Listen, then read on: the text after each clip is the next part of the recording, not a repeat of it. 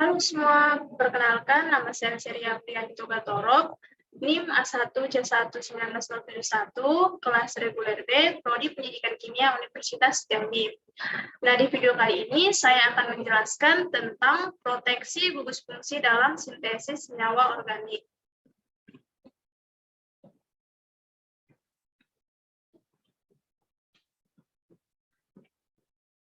Nah, yang pertama itu adalah pada sebuah gugus fungsi itu terdapat juga sebuah gugus pelindung yang kita namakan sebagai gugus proteksi. Nah, di mana ada pun fungsi dari gugus pelindung itu sendiri yaitu untuk membentengi suatu rantai gugus tertentu yang mana tujuannya agar tidak melakukan sebuah reaksi dengan jenis reagen lainnya. Jenis reagen lainnya pada saat berlangsungnya suatu proses sintesis kimia. Nah, di mana ketika suatu gugus proteksi tersebut dimasukkan ke dalam elemen molekul, melewati suatu proses perombakan kimia dalam rantai gugus fungsi tersebut, yang mana tujuannya untuk mendekati suatu kemoselektivitas terhadap reaksi kimia berikutnya. Di mana di dalam pembuatan sintesis pada elemen senyawa organik, ada beberapa bagian yang dari bagian elemen molekul tersebut tidak mampu mempertahankan rantai pada gugus fungsinya, sehingga dibutuhkan peran dari gugus proteksi itu sendiri. Nah, di sini saya mengambil sebuah contoh, misalnya ini suatu senyawa berupa litium hidrida yang berfungsi sebagai sebuah reagen yang berfungsi untuk melakukan sebuah reduksi dari ester menjadi sebuah alkohol. Di mana kita ketahui reagen tersebut akan sangat mudah terikat dengan suatu rantai gugus karbonil tanpa memilah terlebih dahulu rantai gugus karbonil yang akan dilakukan sebuah pereduksian. Di mana pada saat dilakukan sebuah reduksi pada senyawa ester, akan tetapi di dalamnya terdapat sebuah rantai gugus karbonil yang lain terhadap suatu elemen molekul yang akan menjadi target. Maka yang harus dilakukan adalah menghambat invasi dari hidrida tersebut terhadap gugus karbonil tersebut. Nah, di mana dengan mengubah gugus karbonil tersebut menjadi sebuah gugus asetal, yang mana tujuannya agar tidak bereaksi dengan hidrida tersebut. Di sini yang menjadi gugus proteksinya adalah asetal, yang mana merupakan gugus pelindung terhadap karbonil tersebut. Kemudian langkah selanjutnya yang dilakukan yaitu ketika proses tersebut tidak lagi membutuhkan hidrida, maka gugus proteksi tersebut yang berupa gugus asetal itu dilepaskan dengan melakukan sebuah reaksi dengan asam berair dan membentuk kembali semula suatu gugus karbonil, di mana proses ini dikenal dengan sebutan deproteksi.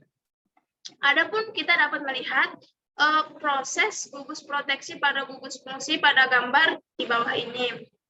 Nah, teman-teman dapat melihat di layar monitor bagaimana proses gugus fungsi itu dilindungi oleh sebuah gugus proteksi pada layar monitor teman-teman.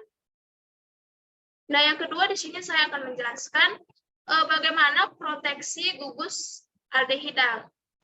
Nah, perlindungan rantai gugus aldehida ini melewati pembentukan gugus asetal yang pada dasarnya itu dibuat dengan menggunakan sebuah metanol dan juga etanol yang dikatalis oleh sebuah asam, di mana kita ketahui sintronella yang mempunyai suatu gugus aldehida terhadap gugus alkena itu sendiri, di mana sintronella itu mempunyai dua jenis rantai gugus fungsi, antara lain itu adalah rantai gugus alkanal dan juga rantai gugus alkena, di mana peran dari gugus proteksi ini adalah ketika timbul suatu permasalahan di mana ketika terjadi suatu transformasi yang menyertakan suatu rantai gugus aldehida, di mana perlu kita ketahui bahwa dalam suasana asam, sintronella yang mempunyai kecondongan untuk menjalani suatu reaksi intramolekular menjadi isomer isopulegol, sehingga dibutuhkan protective groups pada aldehida atom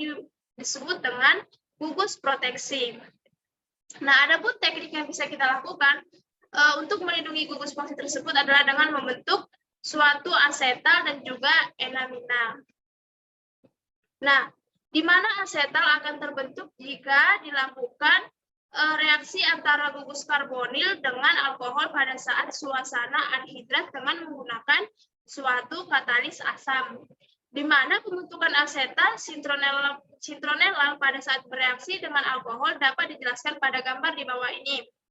Nah, di sini kita perlu ketahui bahwasanya pada proses pembentukan asetal adalah suatu reaksi yang disebut dengan reaksi kesetimbangan, di mana perlu dilakukan penambahan pendehidrasi yang berfungsi untuk mengikat unsur H2O pada sistem tersebut, yang mana tujuannya ini berfungsi untuk mempercepat pembentukan pada asetal itu sendiri.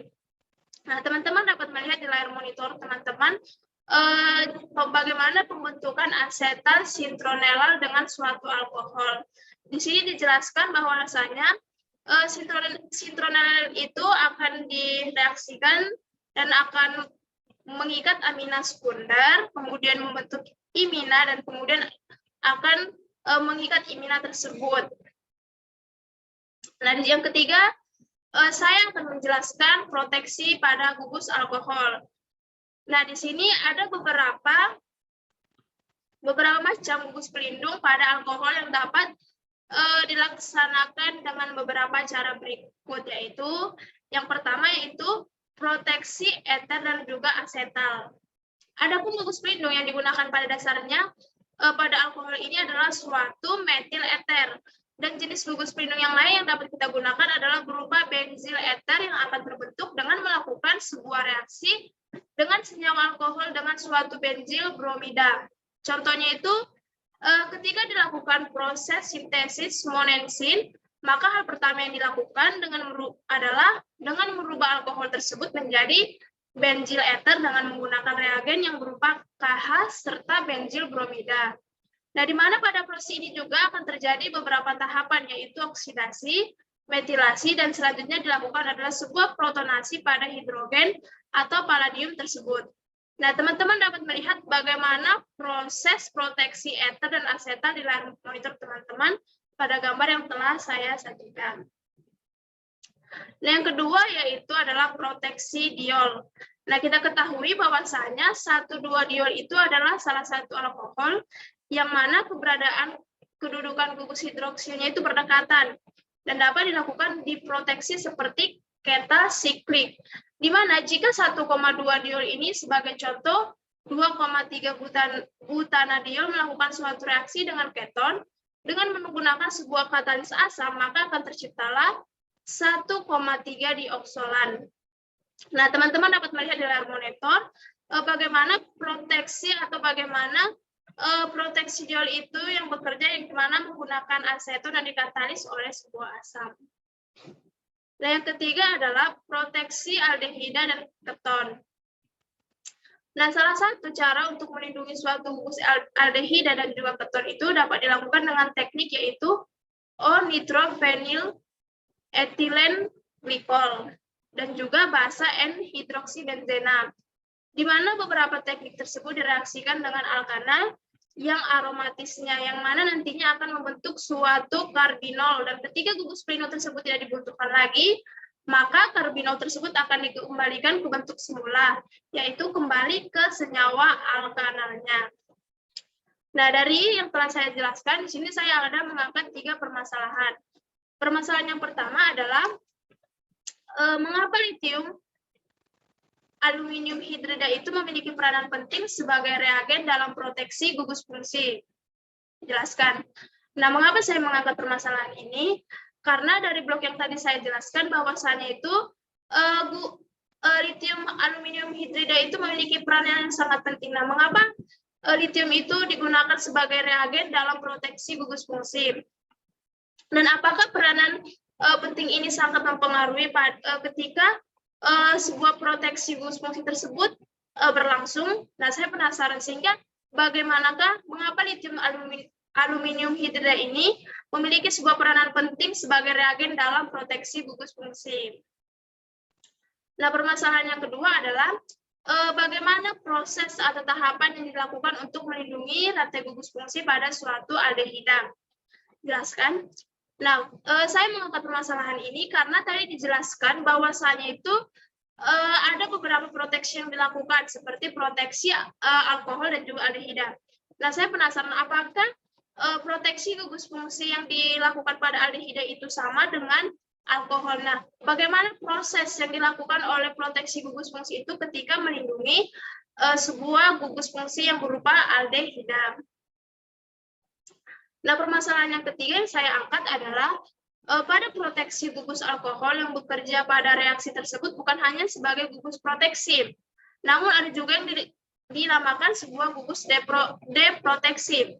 Nah, jadi apakah gugus deproteksi itu dalam sinteks senyawa organik juga berperan penting? Nah, saya di sini mengangkat permasalahan karena dari yang tadi saya jelaskan di blog saya bahwasanya yang berperan penting itu adalah gugus proteksi, namun ada juga gugus deproteksi, di mana tadi dijelaskan bahwa ketika gugus fungsi itu tidak digunakan kembali, dan ketika gugus pelindung itu tidak digunakan kembali, maka akan kembali ke bentuk semula. Nah, apa peranan gugus deproteksi pada sinteks senyawa organik? Jelaskan. Dan sampai disitulah hasil yang dapat saya sampaikan. Sekian dan terima kasih.